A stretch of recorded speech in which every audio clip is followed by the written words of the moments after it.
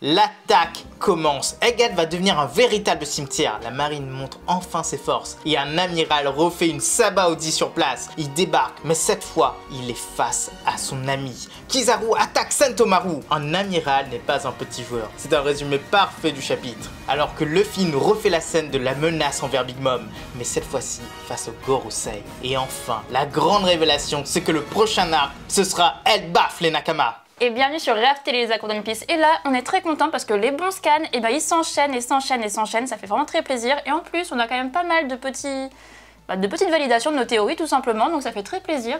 Il y a quand même eu quelques petits loupés. Voilà, il y a quelques loupés, il faut le dire. Mais il faut l'avouer, à chaque... Vous entendez ce bruit? C'est Goldie qui débarque.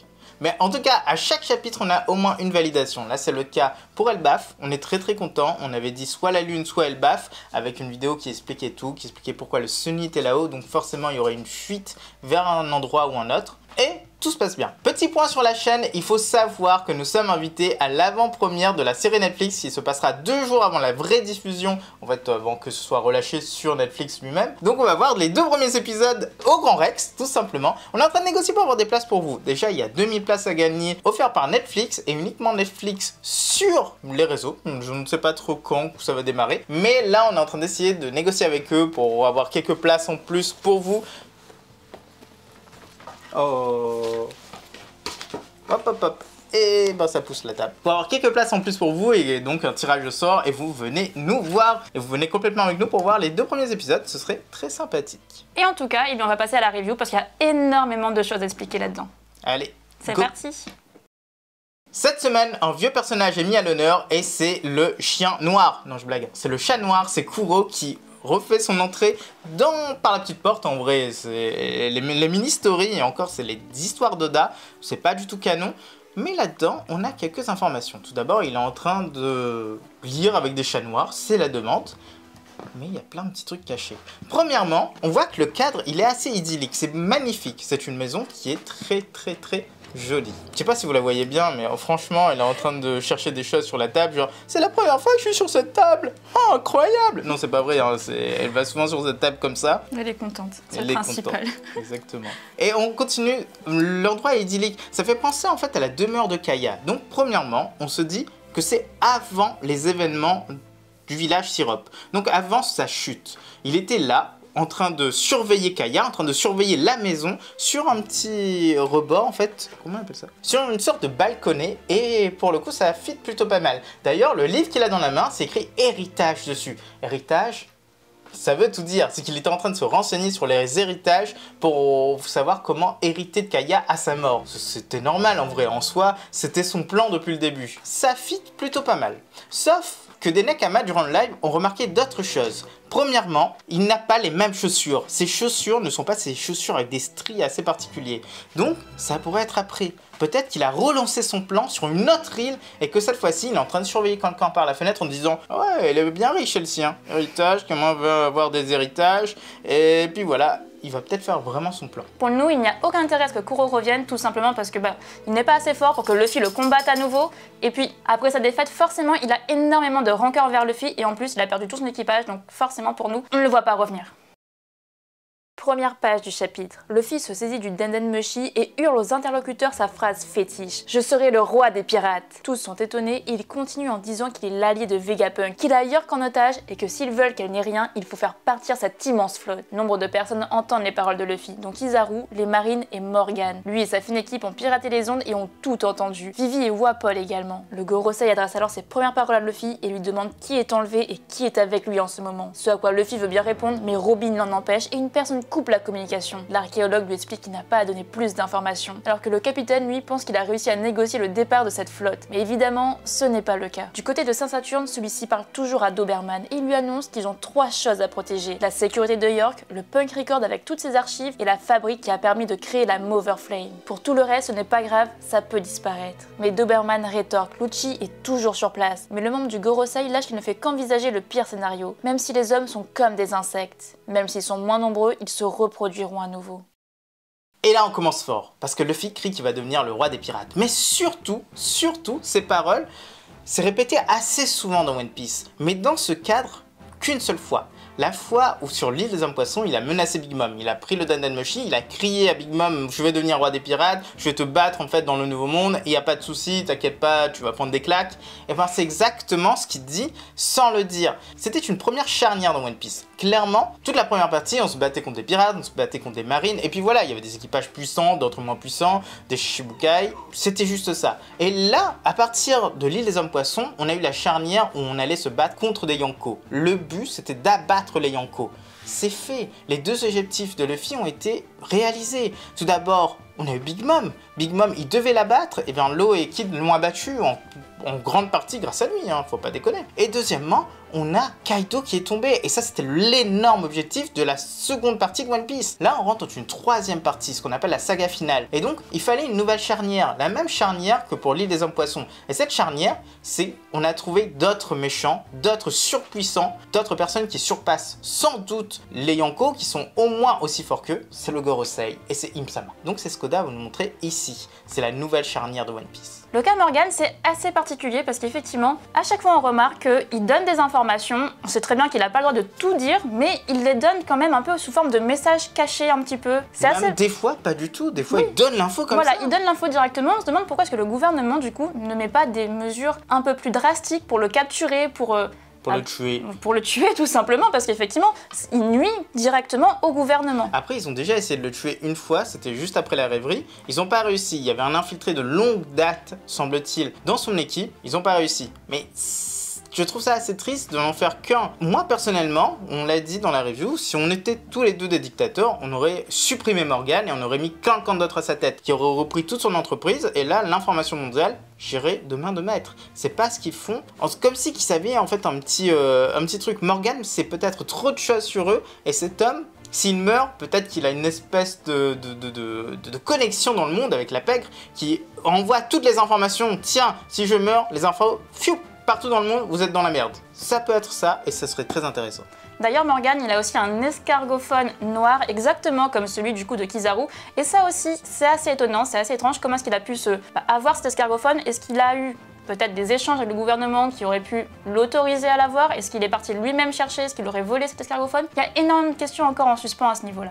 D'ailleurs, l'escargophone noir, d'après Smoker, ce qu'on avait vu sur Pankasa, c'est un escargophone qui capte les ondes mais qui sont à proximité. Donc là, soit il est proche de Marie-Joise, puisqu'il serait nul parce que Vivi est avec lui et voit pas légalement, ou alors il est pas si loin d'Egghead que ça. Et ce serait magnifique si on a un twist de cette façon où Morgan devient encore le héros en sauvant les Mugiwara, en sauvant tout le monde sur l'île, en donnant une nouvelle échappatoire. On a quand même la première conversation entre le Gorosei et Luffy et ça c'est juste génial, ça fait vraiment plaisir. C'est vrai qu'effectivement comme on le disait tout à l'heure, c'est un peu le parallèle entre Luffy Big Mom et là le Gorosei Luffy, ça fait extrêmement plaisir mais c'est vrai qu'on s'attendait à ce que ça soit peut-être un peu plus long, est-ce que ça discute un peu plus de Nika tout simplement, qu'on ait quelques petites révélations en plus, mais bon ça n'a pas été fait, la communication a été coupée et c'est tout à fait normal, Robin elle l'explique très bien après. C'est un message d'Oda, c'est certain, encore une fois, c'est tiens, tu t'attends à ça, lecteur? Et bah non, bye bye.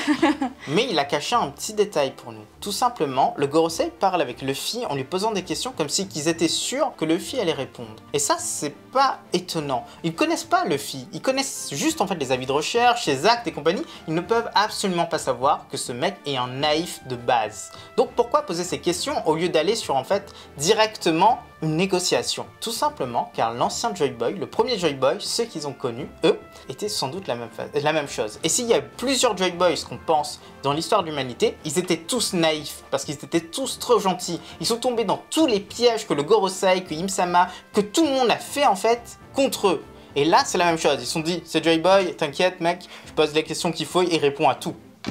No problem. Pas de problème. Je vous jure, ça se passera comme ça. Et ça a failli se passer comme ça. Là, les objectifs du Gorosei sont vraiment très clairs. On sait exactement ce qu'ils veulent faire. Ils veulent protéger York, protéger du coup le Stella, voilà, le Stella, et également... Non, pas le Stella, le Dome, c'est pas oui, le Stella. Le Dome, oui. Ils veulent protéger le Dome et aussi du coup l'usine où sont fabriqués les Moverflame. Mais du coup, la question qu'on se pose, c'est, parce que là, Saint-Saturne, il discute, mais il n'est pas avec le reste du Gorosei. Et pourtant, on a l'impression que il n'y a pas forcément besoin qu'il discute avec les autres pour qu'ils soient au courant. En tout cas, qu'il n'ait pas besoin d'échanger avec eux pour prendre des décisions. Ça peut être une grosse théorie, comme qu'on l'a dit, qu'on a déjà dit. Tout simplement, c'est peut-être la même entité. Donc, Ils peuvent communiquer à distance de la même façon que Pain par exemple. Ce sont tous des avatars de la même chose, Dim-sama, ou alors juste une entité qui est séparée en 5 parties. Ce serait un peu finalement comme pour Vegapunk avec ses satellites, où ils sont tous reliés les uns aux autres. Bon, c'est peut-être pas la même... Non, sans doute pas la même technologie. C'est sans doute pas effectivement la même technologie, mais c'est le même principe. Ou même plus, je dirais plus que c'est un principe de scission, alors que les Vegapunk, c'est en fait même pas une séparation, c'est des clones. Alors que là, c'est vraiment, pour moi, c'est potentiellement un corps séparé en 5 parties, et donc tous communiquent l'un avec l'autre et compagnie, et ils ont une puissance immense. On a aussi des petites paroles de Saint Saturne qui font très plaisir, comme quoi que les hommes, ce sont des insectes.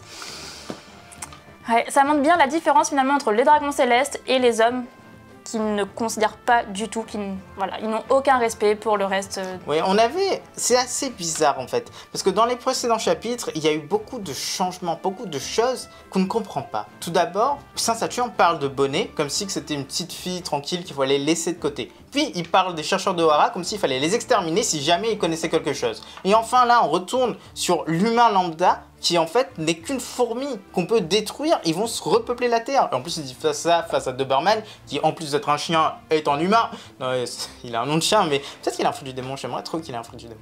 Mais qui en soi est un humain également, mais ça montre à quel point ils n'ont aucune considération. Et donc on retourne sur la théorie Bonnet. Peut-être que c'est un dragon céleste. D'une certaine façon, Kuma a grandi, semble-t-il, sur Marie-Joise. Il a été enlevé et c'est devenu l'esclave des dragons célestes. Semble-t-il quand il était tout petit déjà. Peut-être qu'à l'époque, il est tombé amoureux d'une dragon céleste. La dragon céleste, se dit ça, la dragon céleste? Le dragon céleste, la femelle dragon céleste, la femme dragon céleste, était aussi amoureuse de Kuma. Et ils ont eu un enfant ensemble et c'est Bonnet. Ça peut être intéressant et donc voilà pourquoi il y a de l'humanité entre Saint Saturne, de Saint Saturne envers Bonnet. Sur Egghead, la situation se tend. York pleure et lâche que le Gorosei est avec elle. Si du mal lui est fait, l'île sera détruite exactement comme Ohara. Et ça déclenche la rage de Nami qui frappe le satellite. Chopper en profite et demande à Robin si ses blessures vont mieux. Ce à quoi elle lui répond que oui. Pas loin, Kaku est aussi blessé. Il se plaint de sa défaite. Mais Lucci lui demande de se reposer, alors que pendant ce temps, les Vegas sont en deuil. Lilith vient d'annoncer qu'Edison est gravement blessé, alors que Pythagoras et Shaka sont tous les deux morts. Mais par contre, absolument rien n'est dit sur ce qui a blessé Robin. Et pendant ce temps, on remarque que Lucci se parle à lui-même. Usopp de son côté arrive enfin à communiquer avec le sous-sol, là où tous les agents du CP étaient enfermés. Ils sont en fête et remercient les Mugiwara pour la nourriture et la liberté. Mais par contre, ils ont peur. Les Séraphins sont enfermés avec eux, mais Vegapunk leur donne alors un tout petit cours. Il affirme que ces bulles prison sont conçues avec la même énergie que celle du granit marin. Elles arrivent à immobiliser les utilisateurs de fruits du démon. On a également une autre petite explication qui est donnée. Ace Snake a rencontré Luffy et elle est littéralement tombée sous son charme exactement comme la vraie Boa Hancock. Et elle a même accepté d'aider l'équipage. Jinbei rigole de cette étrange similitude, alors que Luffy continue d'appeler Ace Snake Hancock même en visio. Mais du côté d'Atlas, les choses se corsent. Elle annonce ne pas avoir la main sur l'ouverture du dôme. Et York avoue avoir ajouté un mot de passe. Ceci déclare que la situation est bien plus compliquée. Dehors, il y a plus de 100 bateaux et 30 000 soldats. Ils sont cernés. Mais Vegapunk a alors une solution. Il s'adresse alors à Nami la navigatrice. Elle explique que le logpost n'est pas encore rechargé, mais elle a toujours les infos de Wano. Alors ils peuvent très bien se diriger vers une des îles situées au nord-est. Et là, Vegapunk confirme ce que tout le monde savait. Il s'agit bien d'Elbaf. Et ça déclenche la joie de Luffy et d'Usopp. Vegapunk met alors en place un plan. Le Vega Force One peut porter le Sunny, mais par contre, il ne peut voler que dans la zone de l'île. Mais pour Franky, il n'y a pas de souci, car il annonce que le Sunny peut voler jusqu'à 1 km avec la puissance du cola. Et ça a convaincu Vegapunk. Il se met alors à hacker son propre ordi pour contourner le mot de passe de York. Et la fuite, elle est toute proche. Ohara, c'est un nom qui fait enrager Nami. Tout simplement parce que c'est un mot à ne pas prononcer quand Robin est là. Surtout pas de la part d'une ennemie. York est une ennemie. Tout le monde le sait maintenant. Et Nami la démonte juste parce qu'elle a dit Ohara. Elle n'a pas le droit de le dire. Robin, on la voit, elle a des bandages, donc forcément c'est qu'elle est blessée. La question qu'on se pose, c'est comment est-ce qu'elle s'est blessée? Parce que pour l'instant, Oda n'a encore rien révélé. Tout ce qu'on peut se dire, c'est que c'est possiblement qu'elle aurait croisé un Séraphin. En tout cas, ce sont les seuls vrais ennemis qu'on connaît qui étaient sur place et qui auraient pu la blesser peut-être par un laser ou quelque chose du genre. Elle a peut-être voulu protéger justement tout le monde. Mais le fait que Oda n'ait rien dit là-dessus, justement, ça éveille un peu notre curiosité. Pourquoi ne pas avoir tout simplement expliqué que, oui, elle s'est pris un laser d'un Séraphin ou quelque chose du genre. On se demande du coup s'il n'y a pas autre chose derrière tout ça. Un autre ennemi peut-être un peu plus puissant. Ou peut-être même moins puissant qui a juste attaqué Robin en traître. Nous, on pense peut-être à Caribou. Caribou sait pour les armes antiques, il sait pour les Rod Poneglyph, il sait passé pour pas mal de choses, donc il sait surtout que Robin est la seule à pouvoir lire tout ça. Alors, essayer d'enlever Robin, c'est peut-être le moment. Mais la blesser, c'est plus compliqué. Peut-être qu'il voulait l'estropier pour dire oh, elle va pas s'enfuir. D'ailleurs, Big Mom avait dit ça également. Non, c'était Black Maria qui avait dit ça, qui avait dit que ne t'inquiète pas, on va te couper les bras et les jambes, comme ça tu peux toujours traduire les poneglyphes, mais tu seras dans notre équipage, il n'y a aucun souci avec ça. C'est peut-être le même cas ici. Après tout, on est dans la saga finale, elle est plus violente, elle est plus mature, et donc franchement, les paroles peuvent être de cet acabit. Kaku également a été blessé, donc finalement, est-ce que ça veut dire que ce serait bébé Mihawk qui aurait attaqué Kaku et Robin et que lui se serait interposé pour protéger Robin? C'est possible, pourquoi pas, mais encore une fois, on n'a pas plus d'informations et ça c'est dommage. Oui, d'ailleurs, sa mission c'est de tuer Robin ou d'attraper Robin. Peut-être que c'est juste attraper Robin. Donc peut-être qu'il a essayé de défendre Robin pour que son objectif ne soit pas en vain. Mais surtout, on a un petit Rob Lucci dans le coin qui dit « Je parle tout seul ». Ouais, on va voir ça plus tard, mais ouais, je parle tout seul. C'est fou comme Oda cache tout ça tout le long pour être révélé à la fin du chapitre. Mais Rob Lucci, c'est vraiment quelqu'un de pas bien. Il avait commencé à remonter et là, il redescend dans notre estime, c'est juste fou. Forcément, on pouvait pas se dire que, hop, en un claquement de doigts, il allait changer de camp sans que... Voilà, sans que... Non, bah en vrai, il y avait de gros tilts, de gros messages pour lui. Change de camp, mec. Ils ont essayé de te tuer une première fois. Là, ils essaient de te tuer une deuxième fois en détruisant l'île ou je ne sais quoi. Change de camp. Mais non, il a pas fait. Il a toujours pas fait. Et il y a quelque chose de très important qui s'est passé, c'est qu'on a 2 Vegapunk qui sont morts. 2 satellites. Ça, c'est assez triste, mais en même temps, on n'était pas si affecté que ça. Chacun, c'est quelque chose, parce qu'on a vu en direct live, il s'est fait tirer dessus, quoi, à travers la tête. C'était pas quelque chose d'agréable. C'était bizarre de dire que c'est pas agréable. Bien sûr, c'est pas agréable, c'est trop bizarre. Mais on l'a vu, donc il y a un petit attachement. Mais Pythagoras, on n'a pas eu le temps de s'attacher. Il est resté en fait quoi? On l'a vu pendant 4 chapitres maximum, peut-être un peu plus, mais moi personnellement, je me suis pas attaché à Pythagoras. Puis c'est vrai que ce sont à la base des clones, donc on se dit, enfin moi en tout cas personnellement, d'un côté de ma tête, je me dis que forcément Vegapunk il va les refaire. Il peut prendre d'autres clones, enfin recréer d'autres clones et remplacer du coup Pythagoras et Edison assez facilement à mon avis. Surtout que leur cerveau est à chaque fois sauvegardé, leur mémoire est sauvegardée dans le Punk Record. Donc quel est le problème à créer un autre corps et à télécharger cette partie à l'intérieur? Pour l'instant, nous on est un peu débutatif, on a plus l'impression que ce sont des consommables, et donc c'est pas très grave de les perdre à partir du moment où on garde le Punk Record. Les agents du Cypherball qui ont été sauvés sont tous du côté de Luffy, et là pour l'instant on les comprend forcément, ils ont été libérés, ils sont en train de faire la fête, ils sont tous très contents, c'est normal, mais par contre on est sûr que dès que le gouvernement va lever le petit doigt pour venir les récupérer, et bah là, ils vont retourner dans leur camp, évidemment. Et les Séraphins qui sont prisonniers, ça c'est vraiment pas mal. Les Séraphins ont été faits prisonniers, et on voit que la plupart n'ont que des blessures superficielles. Ça nous montre à quel point ils sont puissants. Alors que les Mugiwara, eux, ils sont un petit peu bien blessés. Robin, c'est le cas absolu, mais Luffy, il est un peu blessé également. Sanji, Zoro aussi, on a vu, il était bien égratigné. Donc, ça veut dire que ces armes sont vraiment des armes quasiment ultimes. Ils sont encore enfants, on a l'impression qu'ils vont encore grandir par la suite. Mais pour le moment, ils sont déjà très forts. La seule façon qu'ils ont eu de les arrêter, entre guillemets, c'est de les mettre dans les bulles. Et même dans les bulles, ils ont l'air encore très vindicatifs, on va vous péter la gueule. Bébé Mihawk, il est pas content, hein. Il est pas content. Jinbei, lui, bébé Jinbei, il est bon. Il est en pause méditation, exactement comme Jinbei l'aurait fait lui-même. Et Kuma, absolument impassible. Donc, pour le moment, on a l'impression qu'ils n'ont pas vraiment été battus, mais ils ont été arrêtés, ce qui n'est pas la même chose. Et d'ailleurs, la bulle, elle est juste géniale. Ça veut dire que cette bulle qui a la force du granit marin en elle peut arrêter tous les utilisateurs de fruits du démon. Et donc, on se demande si ça va pas juste être utilisé contre Kizaru à la fin. On a les PX3, quand même. On a des armes, en fait, qui créent ces bulles directement, qui sont quasiment incassables. Est-ce que ça ne va pas faire prisonnier Kizaru? Est-ce que Sentomaru, à la fin, on en reparlera, ne va pas l'utiliser pour arrêter son oncle? Est-ce que c'est pas ça qu'il a dans sa main? Oui, là on s'avance un peu trop. Un peu, oui. On déborde.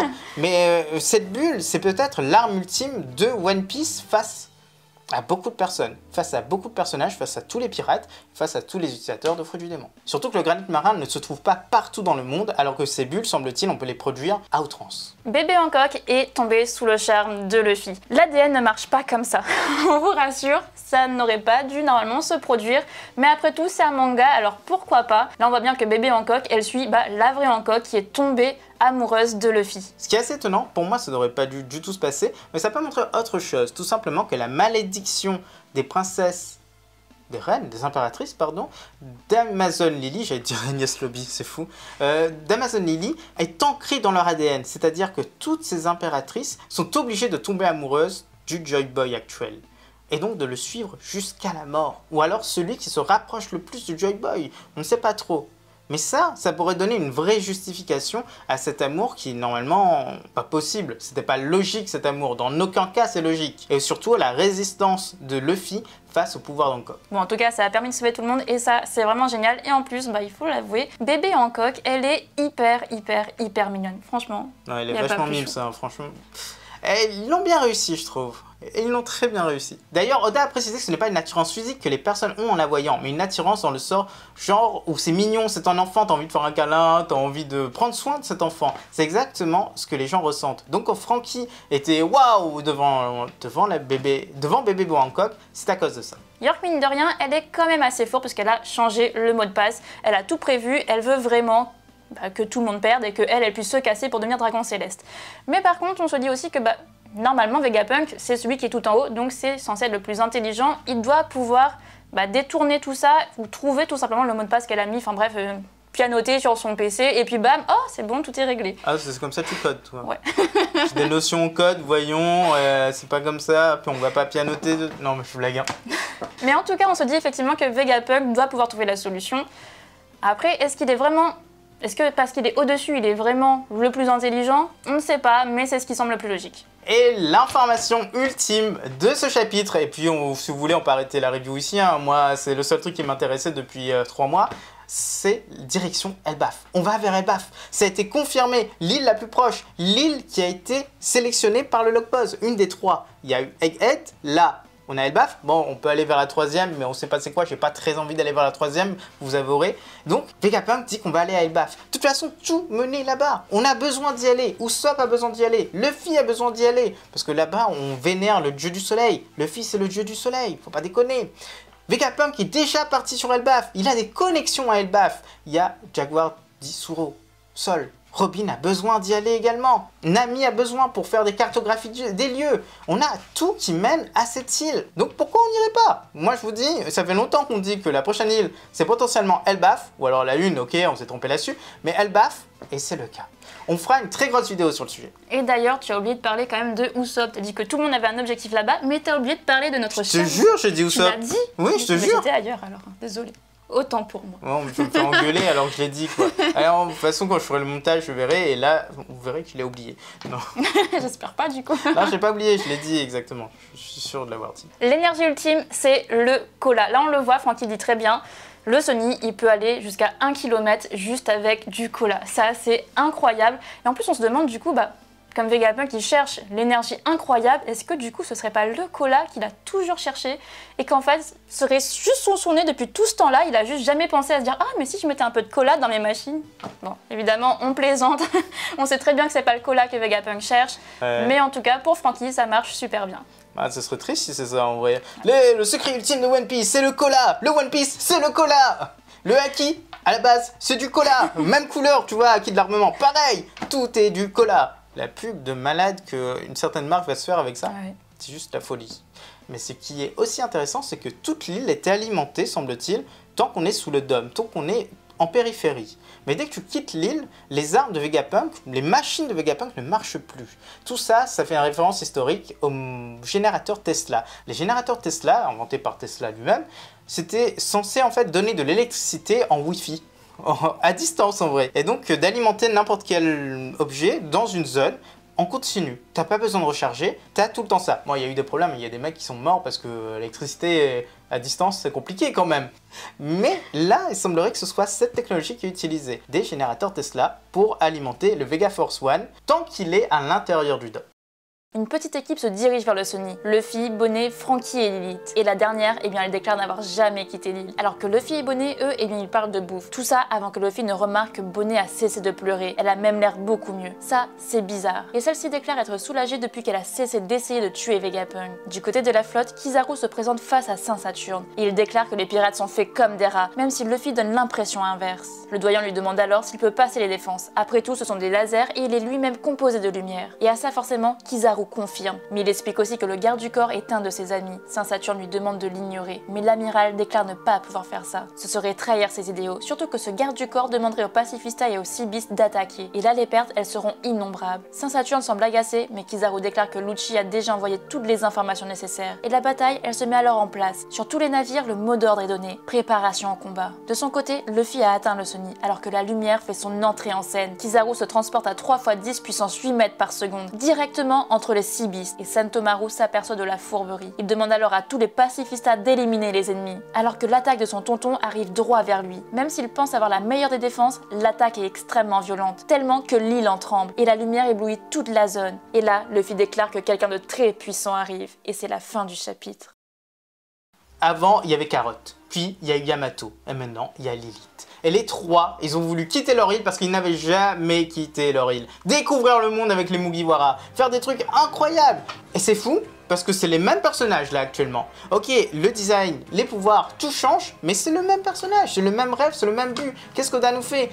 Oda va encore nous faire croire que ce personnage va rejoindre les Mugiwara d'une façon ou d'une autre. Avant, on disait, elle a fait une carotte, on disait, elle a fait un Yamato, et maintenant on va dire, elle a fait une Lilith. Personnellement, je pense pas qu'elle va rejoindre l'équipage, mais dans le cas où ça se fait, j'ai envie de dire qu'une Vegapunk dans l'équipage, c'est pas désintéressant. Pas mal de personnes nous diront que c'est pas possible puisqu'on a déjà un inventeur dans l'équipage, Franky. Oui et non, parce qu'on a déjà un sabreur, Zoro, et on en a eu un deuxième, Brook. Ok, il est musicien, mais en vrai, dans ses attaques, c'est un sabreur. Et puis on a un deuxième inventeur, mine de rien, un inventeur un peu moins bien que Franky, mais c'est Usopp, donc pourquoi pas. Bonnie de son côté, elle a arrêté de pleurer. Et ça reste assez étrange. Nous, on a deux solutions. Soit la première, ce serait que dans les souvenirs de Kuma, elle ait trouvé une solution finalement, quelque chose qui lui permettrait peut-être de sauver son père tout simplement et qui la rendrait assez heureuse pour en tout cas arrêter de pleurer. Et donc vouloir s'évader. Voilà, exactement. Et la seconde solution, eh bien, ce serait peut-être, donc là c'était proposé effectivement par un de nos Nakama pendant le live, ce serait... Bon, on va pas citer son nom parce qu'il nous avait dit que ça venait pas de lui cette idée, donc on va pas... On va pas citer son nom, mais en tout cas, c'est lui qui nous a prévenu que possiblement, Jewelry Bonnet qu'on voit actuellement, ce n'est peut-être pas la Jewelry Bonnet, c'est peut-être tout simplement Katarina Devon qui, d'une façon ou d'une autre, était peut-être déjà sur place avant que le dôme ne soit sécurisé et qui du coup aurait pris l'apparence de Bonnet. Ce serait vraiment cool quand même. Là, on sait qu'ils sont en périphérie. En tout cas, ils étaient en périphérie. On ne sait pas quand est-ce qu'ils étaient en périphérie. Qu'est-ce qu'ils ont fait? Est-ce qu'ils sont toujours là en train de dire « Hey Popcorn, hein, parce que ça a l'air cool là-bas. Hein. Oh, t'as vu la lumière? Regarde la lumière! C'est... T'as pas vu? C'était pas un rayon de soleil? Non, c'est Kizaru, je te dis. Ah, ok. Non, pour nous, il y a infiltration s'ils sont là. Il y a Katarina Devon qui n'a pas été vue, il y a Lafitte qui n'a pas non plus été vue. Pourquoi pas? Pourquoi pas? C'est une solution qui est à prendre en compte. Même s'il y a des failles dans cette réflexion de Katarina Devon, tout simplement parce que soit son fruit est capable de copier aussi la mémoire, mais on en doute, et sinon comment il est rentré dans le dôme. Ça peut être vraiment compliqué. Et forcément, il faut parler de Kizaru, car cet homme, il est juste incroyable. Ses capacités sont magnifiques. La lumière, c'est pas rien. Et on voit bien que Saint-Saturne compte beaucoup dessus. Tout simplement car Kizaru tient tête à Saint-Saturne. Pas comme Doberman qui lui s'est écrasé. Pas comme beaucoup d'autres personnages qui s'écrasent à chaque fois devant le Gorosei, ce qui est normal. C'est les personnes qui sont en haut de l'échelle. Ce sont des dragons célestes plus. Mais Kizaru, lui, il a dit non, écoutez, moi je vais pas aller dans le dôme directement, même si je peux. D'abord, je vais faire un petit tour en bas parce que je dois aller voir un ami. Cet ami, je ne peux pas l'éviter parce que ce serait contre mon honneur, contre ma façon de penser. Mais qui dit ça au Gorosei? Qui dit ça à un dragon céleste? Mais il faut être totalement fou. D'ailleurs, c'est en totale contradiction avec ce qu'il a dit dans le précédent chapitre. Il a dit qu'il n'était qu'un rouage, qu'il était un esclave administratif. Et c'est pas ce qu'il montre. On lui a donné un ordre, il a dit non. Il a eu des informations de la part de Rob Lucci et on dirait qu'il a pris le lead là. Saint-Saturne, il connaît plus rien. Saint-Saturne, il est comme ça en train de dire oh, merde.